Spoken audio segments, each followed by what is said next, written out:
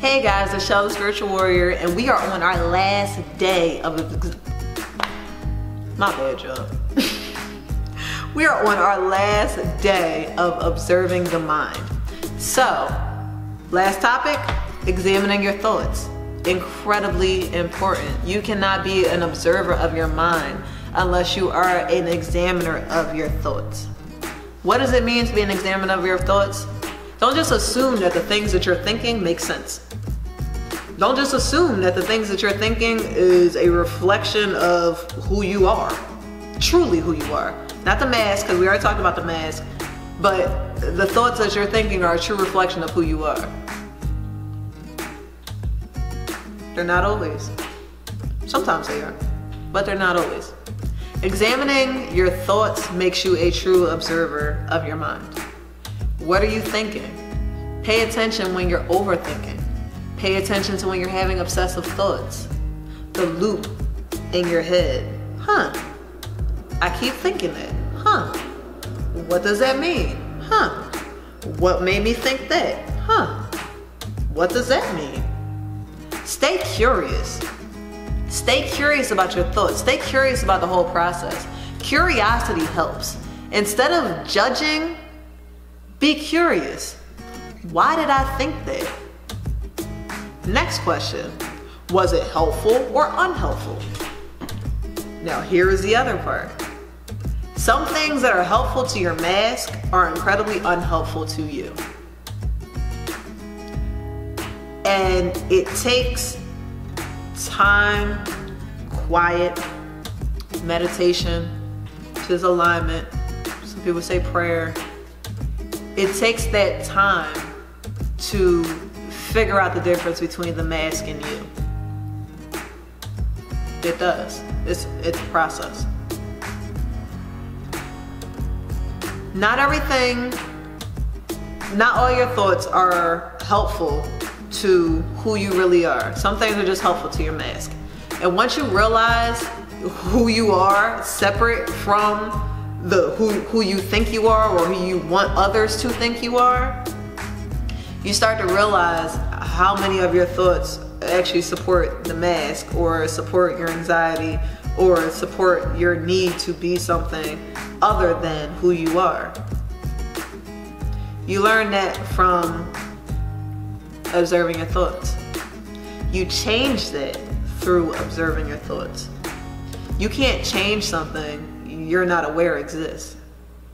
The only way that you'll become aware that it exists is to take a step back from the person you have been up to whatever point you do it and get in touch with the other part, the part of you that you know exists. I feel like a lot of people know this part exists, but it's buried under so much fear and anxiety about what people will think, whether they'll still be accepted, whether they'll still be loved. I feel like on some level, at that point, everybody feels like they're gonna be found out. And the way that you get past that is learning to observe your mind. Learning to train your brain into thinking more thoughts that are supportive to who you are and not supportive to who others think you are. When you make decisions based off of who others think you are, those decisions go poorly because it's not who you are and it's not in alignment. It's not something that you can sustain. It's not something that you can support for a long amount of time. If you think hard, you probably see examples of this in life. Relationships. I hate to keep nailing on relationships because I feel like that's such a hot button topic, but it's true. For example, in relationships, when somebody is trying to be something other than what they are, they attract what they reflect, and they attract something that is not truly fitting for who they are because they just found a mate for their mask. And only you know how far your mask is from who you are. I was aware of how far my mask was from who I was. I just thought everybody felt that way. I thought that's how life was lived. No bullshit. I was prepared to do life like that. I was prepared to take that mask and just suck up whoever the heck else I thought was in there and just let it go. I was prepared for that. I stumbled upon something different by mistake. No bullshit. It was by mistake that experience hit me in the way that it did. And that I learned about, you know, observing the mind and all those stuff. It happened out of curiosity. It happened out of a place of depression. And YouTube. Depression and YouTube will change some shit. For real. It really will. It's the first time that I started thinking, maybe I'm not my thoughts. What am I thinking? What am I saying about myself? Are these things actually helpful? Should I have these on a consistent tape in my head? And it happens to this day. Because you pick up new beliefs and different things are said, like we're constantly being stimulated by things.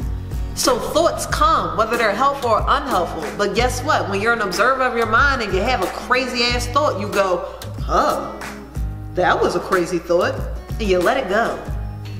You don't give credence to it. Just because you thought it doesn't mean that it has a need for shelf life. You just thought it because that's what your brain does. Your brain produces thoughts. But not every thought that your brain produces is worth even fiddling with. Some stuff is just worth letting go.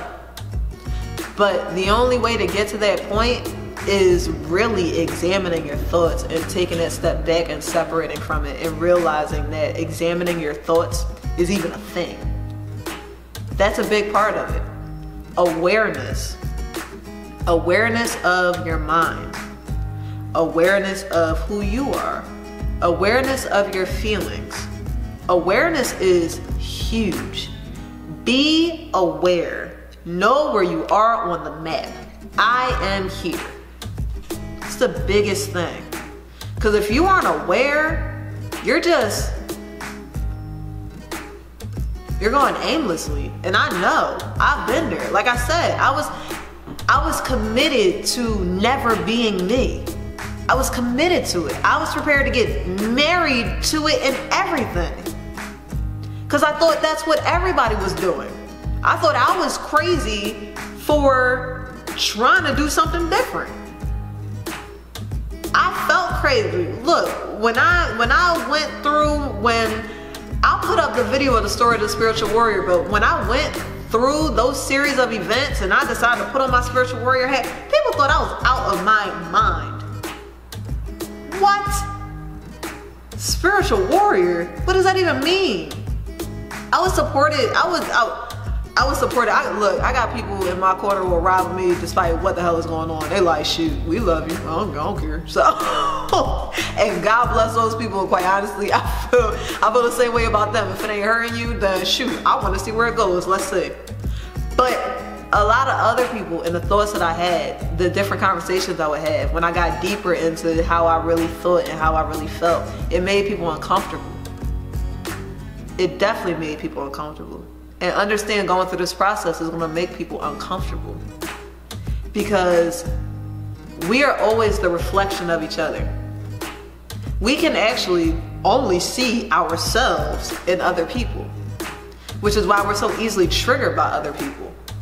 Because somebody else, immediately in saying something, people begin to compare. Well, why does she feel that way? Well, if she feels that way, what does it say about me? Should I be that way too? Am I that way? What would it take to get there? There's a lot of things that start to happen in your head when you run into people who are comfortable being them. But as the person who is growing to be comfortable with who they are, don't turn that off, because it will disappear. You can revert back. And that'll hurt even more because you'll be aware of the truth. But you can begin to shrink again. Don't do it. Becoming an examiner of your thoughts it changes your reality. It totally changes your reality. You start to see things clearer. You start to see yourself clearer, which is crazy blessing. You start to see others clearer, which is a crazy blessing as well. It allows for you to be who you are, and it allows you to allow others to be who they are, despite who they are at the moment where they are on the map, despite all of those things. Being right with you, that makes you right with everything, despite what the outside looks like. If internally, y'all, the outside don't really matter. You'll figure it out. You'll function. You're already starting out with a huge advantage. So, examining your thoughts, it's a big one. Awareness, huge one. Are they helpful or unhelpful? And what does this help supporting? Is it truly helpful to who you are? Because that should be the test. Is it truly supportive of who I am, or is it not? Because if it's not, let it fly. Let it fly. You'll think a lot of things. Actually, when you become an observer of your mind, you'll laugh at some of the things you think. Where before, you would take that thing and hold it up as truth. It's some things you think now, it's like, that's ridiculous. It's ridiculous. So, ridiculous thoughts don't stop, but you don't have to continue to accept them as truth. Ultimately, you give your thoughts power. You give your thoughts power. Your thoughts don't give you power. Well, they can. Your helpful thoughts give you power, but it's still you that points it out. You're still the examiner. It's still you who has to go and say, well, that thought was helpful, so I will empower that thought. That part of it is still up to you. You still have the power to do that. So examining your thoughts truly puts you in the driver's seat of where you need to be to get to the next part of wherever you want to go, whatever change you want to make, whatever breakthrough you want to have. Learning to observe your mind, examine your thoughts, notice when you're having obsessive thoughts, notice when you're overthinking, notice when you're beginning to withdraw, notice when you're going into depression. All of these things are pivotal markers to learning to examine your thoughts effectively and taking that skill and utilizing it into longevity, into peace. That's really what it is. Examining your thoughts into peace. So, this is the end of the series. I hope it was helpful. I hope that I've created some people who become observers of their minds and examine their thoughts. And if you notice a change or anything, let me know. Let me know. Or if you notice any other tips, I always gotta say that. If you notice any other tips or things that I said that gave you an aha moment, shout out to Oprah, give you an aha moment about something, let me know. Contact me, comment, like, subscribe. Let me know. I love the conversation. Love the conversation. So, continue to grow. Growth is the only way to go. If you're not growing, you're dying. It's so much more fun to grow. It's a need. It's a human need to grow. Don't stay stuck. Keep believing. Keep loving.